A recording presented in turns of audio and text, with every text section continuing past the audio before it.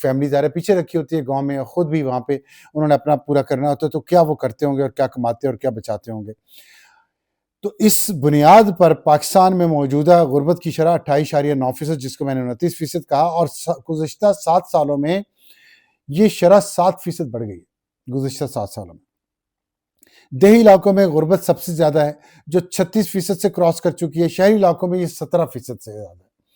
پنجاب میں غربت کی شرح 16.5% سے بڑھ کر 23.3%، یعنی کہ تقریباً 7-8% غربت پنجاب میں بڑھ گئی ہے۔ اس کے باوجود کہ پنجاب میں بہت کام ہو رہا ہے اور جینوئنلی ہو رہا ہے اور لوگوں کی آسانیاں بھی ہو رہی ہیں، لیکن غربت بڑھ رہی ہے۔ سندھ میں غربت کی شرح 24.3% سے بڑھ کر 32.6% تک پہنچ گئی ہے۔ خیبر پختونخوا میں غربت کی شرح 28.7 پہلے ہی تھی، اور اب وہ 35.5% ہو گئی ہے۔ تقریباً 1/3 سے بھی زیادہ آبادی وہاں کی غربت سے نیچے ہے، جن کی سیلری 34,000 سے کم ہے۔ بلوچستان سب سے زیادہ متاثر صوبہ ہے، جہاں غربت 41.8% پہلے تھی اور اب بڑھ کر 47% ہو چکی۔ تقریباً آدھی آبادی بلوچستان کی وہ غربت کی لکیر سے نیچے ہے۔ سوچ لیں وہاں کے حالات ہوں گے۔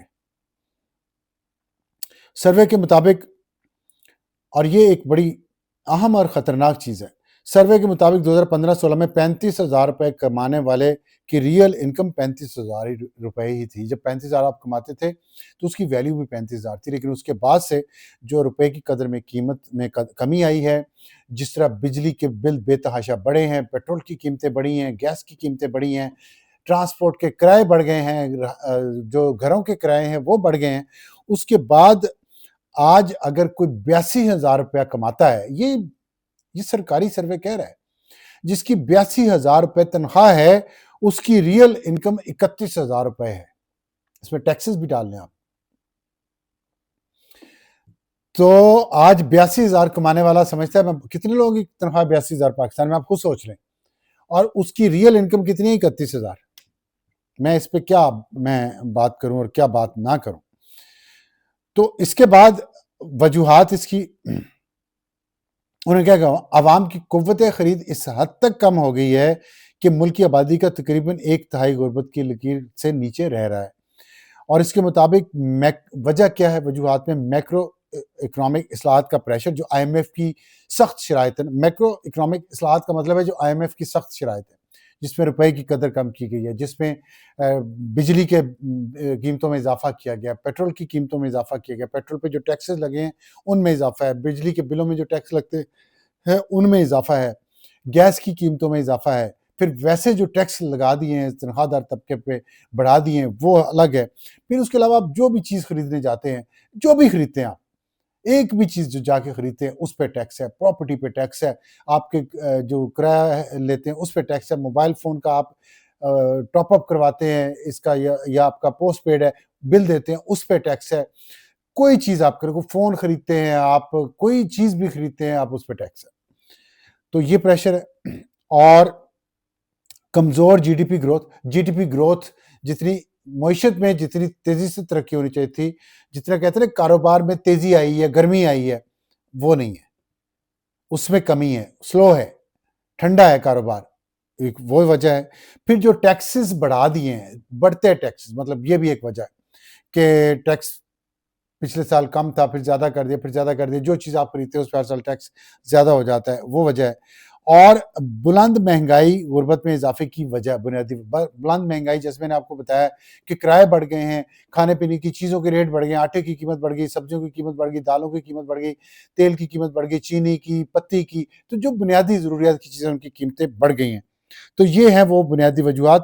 اور اس کے علاوہ جو قدرتی آفات ہیں، جیسے سیلاب 2022 کا اور 2025 کا جو آیا ہے، اس کی وجہ سے بھی قیمتوں میں، اس کی وجہ سے ظاہرہ تباہی ہوئی ہے، لوگ گھر اجڑ گئے ہیں، ان کا سامان تباہ ہو گیا، وہ انہوں نے دوبارہ بنانا ہے، خریدنا ہے، اس سے بھی ظاہرہ ان کے جو خرچے ہیں وہ بڑھے ہیں اور ان کو بہت زیادہ مشکلات کا سامنا کرنا پڑا ہے۔ تو یہ وہ ہے رپورٹ۔ اور اس کے علاوہ اس رپورٹ میں بتایا گیا کہ بے روزگاری جو ہے وہ 21 سال میں جتنی بے روزگاری کی بڑھنے کی شرح تھی، اس سال وہ سب سے زیادہ ہے، اس سے بھی زیادہ، 21 سال میں سب سے زیادہ۔ جو عدم مساوات ہے، ان ایکویلٹی ہے لوگوں کے رہن سہن میں، امیر امیر تر ہو گیا، غریب غریب تر ہو گیا، اور ان کے درمیان جو گیپ تھا وہ بڑھ گیا. وہ 27 سال میں اتنا بڑا گیپ نہیں آیا تھا کہ جس میں امیر اتنے امیر ہو گئے ہوں اور غریب اتنے غریب ہو گئے. یہ نظام ہے ہمارا، کتنا بے انصاف نظام ہے. اور اس میں روپے کی قدر میں جو کمی آئی ہے وہ اس کی وجہ ہے. تو یہ جو سب کچھ ہے، اور اس میں جو آپ کے یہ رپورٹ آئی ہے، بنائی ہے، انہوں نے ڈیٹا اکٹھا کیا ہے، پلاننگ منسٹری نے ابھی تک پبلک نہیں کیا، ہو جائے گا، اب ہونا بھی چاہیے. اس کے ساتھ ساتھ ہی یہ خبر آئی ہے کہ شاید لگژری طیارے بھی کچھ خریدے جا رہے ہیں. ایک سرکاری ادارے کی بھی بات ہو رہی ہے، اس نے بھی خریدا ہے، لیکن ابھی تک وہ کنفرم نہیں ہو سکا.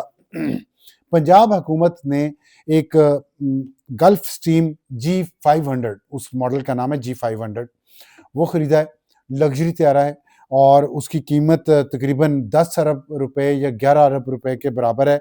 اور اس کو کمپیئر کیا مفتاح اسماعیل جو سابق وزیر خزانہ مسلم لیگ نون کے ہی ہیں، انہوں نے کہا کہ جی 10 ارب روپے کی آپ نے وہ بیچی ہے PIA پوری، اور 10 ارب کا آپ نے طیارہ خرید لیا. لیکن اس کا جواب طارق فضل چودھری نے یہ دیا ہے کہ ہمارے پاس اس کے 25% شیئر بھی ہیں، اور اس کی 55 ارب کی پراپرٹی بھی ابھی حکومت کے پاس ہے. بات یہ ہے کہ جس وقت یہ رپورٹ آئی ہے اس میں جو پبلک امیج پنجاب حکومت کا، اور خاص طور پہ پنجاب کی وزیر اعلیٰ مریم نواز صاحبہ کا بہت اچھا امیج بنا تھا. انہوں نے جتنے وہ کام کر رہی ہیں پنجاب میں عوام کی بھلائی کے لیے، عوام کی سہولت کے لیے، بچیوں کی، عورتوں کی حفاظت کے لیے، اور ان کے لیے ترقی کے مواقع پیدا کرنے کے لیے، وہ بہت اس کو اپریشیٹ کیا جا رہا تھا پورے پاکستان میں. اور اب آئینہ وزیر ایک بچی ہے وزیرستان سے، وہ بھی اس نے بھی مریم نواز کو اپیل کیا کہ آپ میرے لیے کچھ کریں، اور میرا جو ٹیلنٹ ہے میں چاہتی ہوں کہ وہ بہت اچھی بولنگ کرتی ہے اور بیٹنگ بھی بہت اچھی کرتی ہے، 8 سال کی اس کی عمر ہے.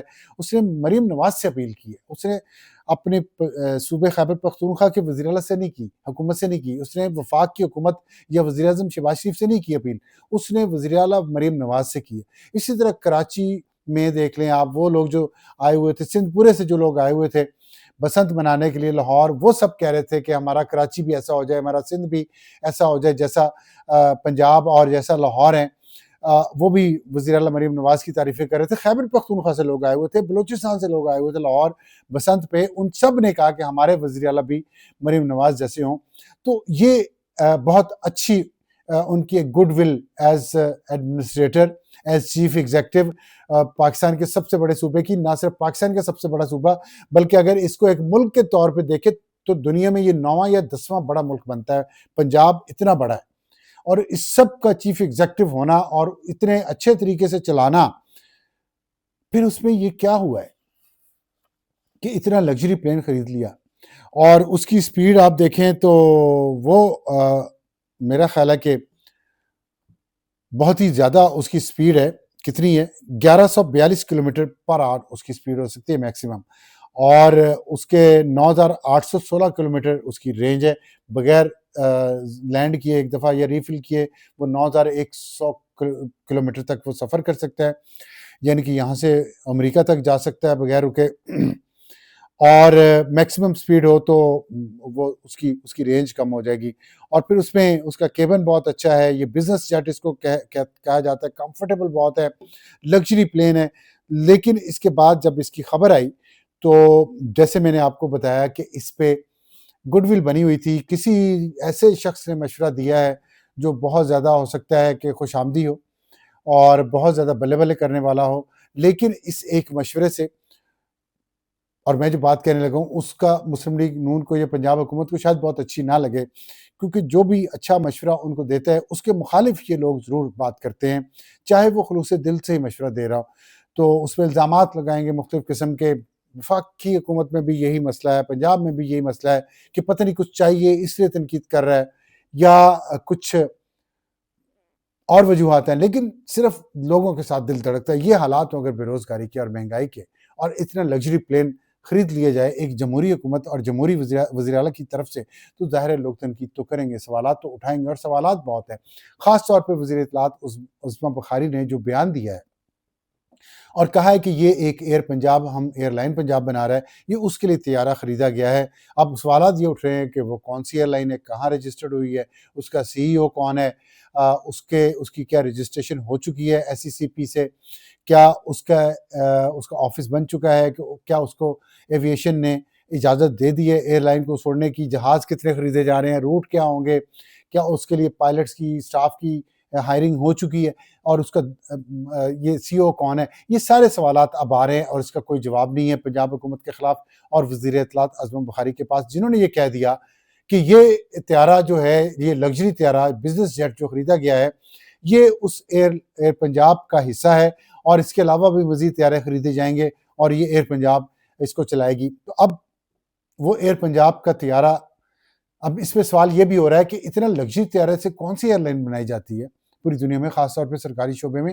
آپ ایک لگژری ایئر لائن بناتے، پرائیویٹ جیٹس کی پرائیویٹ کمپنیز بناتی ہیں پرائیویٹ فلائرز کے لیے، بزنس مین کے لیے، بلینئرز کے لیے، ملینئرز کے لیے، اور وہ ان کو کرائے پہ بھی دیتے ہیں، لیکن وہ سارا پرائیویٹ کمپنیز کرتی ہیں سارا کام۔ حکومتیں کون سا لگژری جیٹس کی کمپنی بنا کے اس کو کرائے پہ دیتی ہیں؟ تو میرا خیال ہے کہ سچ بولنا چاہیے حکومت کو، اور یہ کہنا چاہیے، کیونکہ جھوٹ بول کے حکومت مزید پھنس گئی ہے، اور اگر جھوٹ نہیں ہے تو پورا سچ سامنے لایا جائے۔ کیا یہ طیارہ جو وزیر اعلیٰ پنجاب ہیں وہ استعمال نہیں کرتی یا کر رہی ہیں، تو کیا اس کی پیمنٹ کر رہی ہیں؟ یہ باتیں قوم کو بتائی جائیں تاکہ یہ بات اس پہ کلیئرٹی آئے، اور وہ جو گڈ ول کمائی ہے، آپ نے 2 سال محنت کی ہے، اتنا کام کیا ہے وزیر اعلیٰ پنجاب نے، اور یہ طیارہ بھی آپ خریدتے، سچ مچ کہتے کہ ہاں ٹھیک ہے ضرورت ہے، اس کو جسٹیفائی کریں، لوگوں کو کنونس کریں، سچ میں بڑی طاقت ہوتی ہے۔ پاک انڈیا جنگ کے دوران پاکستان کی جو انفارمیشن مشینری ہے، اس نے سچ بولا تو پاکستان کی عزت بنی، نہ صرف پاکستان کے اندر، پوری دنیا کے اندر، کیونکہ ہم نے سچ بولا۔ تو اس میں بھی سچ بولیں، اون کریں کہ ہاں خریدا ہے، وزیر اعلیٰ کے لیے خریدا ہے، ان کو سفر کرنا پڑتا ہے، ضرورت ہے، بہت کام ہے اس صوبے میں، بڑا صوبہ ہے، دوسرے ممالک کا دورہ بھی کرنا پڑتا ہے، دوسرے صوبوں میں بھی جانا پڑتا ہے، تو اس میں کیا غلط ہوگا؟ لیکن اس کی بجائے اگر اس طرح کی الٹی سیدھی بات کر کے، بچگانہ بات کر کے اس کو چھپانے کی کوشش کی جائے، ایک مہنگا کھلونا خرید کے، تو یہ اچھی بات تو نہیں ہے۔ اس سے ساکھ تو خراب ہوئی حکومت کی، اور اس کی کیے کرائے پہ پانی پھر گیا۔ اتنی گڈ ول تھی بسنت کے بعد، اتنا 2 سال کام کرنے کے بعد، اور پہلے وہ ایک صحافی کو گرفتار کیا، کہا گیا کہ اس نے جعلی ویڈیو چلائی تھی، حالانکہ وہ ویڈیو جعلی نہیں تھی۔ تو یہ آپ کی جو انفارمیشن مشینری ہے، یہ بجائے یہ پبلک ریلیشننگ کو بہتر کرنے کے، یہ تو آپ کے خلاف ہی گول کیے جا رہی ہے۔ یہ کیا ہو رہا ہے؟ تو اس پہ سوچیں، اور یہ میرا خیال ہے کہ اس وقت طیارہ خریدنے کا ٹائمنگ بالکل درست نہیں تھی۔ جس نے بھی مشورہ دیا اس نے آپ سے دوستی نہیں کی، اگر دوست بھی ہے تو وہ بیوقوف دوست ہے، اور بیوقوف دوست سے کہتے ہیں کہ دانا دشمن اچھا۔ تو سوچیں کہ اس سے کیا میسج گیا لوگوں کو، پاکستان کے لوگوں کو، جہاں غربت اور بے روزگاری اتنی زیادہ ہے، بجلی کے بل ادا نہیں کیے جا رہے، پیٹرول ڈلوانا مشکل ہے، گیس کے بل بھرنا مشکل ہے، روزمرہ کی ضروریات پوری کرنا مشکل ہے، اور روزگار تنگ ہے، آمدن کم ہے، وہاں پہ ایک صوبے کی وزیر اعلیٰ اتنا مہنگا جہاز لیں، اور پھر اس کو الٹی سیدھی باتوں سے ان کے وزراء جو ہیں مختلف قسم کے، اس کو چھپانے کی کوشش کریں۔ بہت بری پی آر ہوئی ہے۔ آج کے لیے اتنا ہی، خدا حافظ۔